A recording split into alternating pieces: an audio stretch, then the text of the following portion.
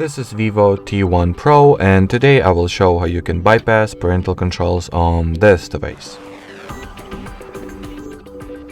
To start, we will need to open Settings app, then go for Google, manage your Google account. Onwards, open Data and Privacy page, then initiate or initialize the delete your Google account process. Now, in order to continue, we will need to input the password. So to do that, then finish the account deletion. And once the Google account gets successfully deleted, it might take some time for the system to acknowledge that and to synchronize itself properly.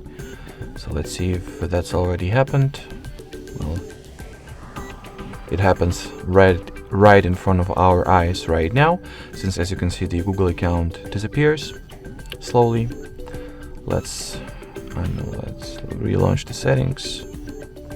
Yep, so no Google account over here anymore, and no parental controls as well. So the first part is achieved.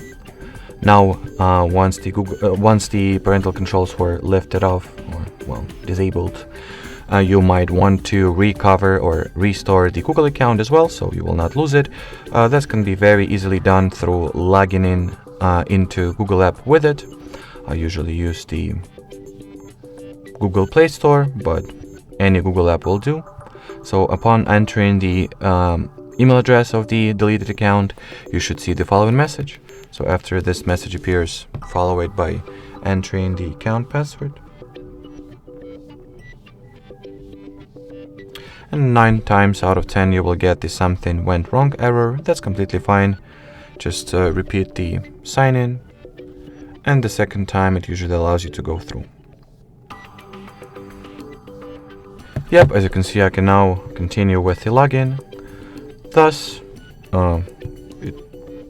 it is kind of obvious that the account was successfully restored. Here it is.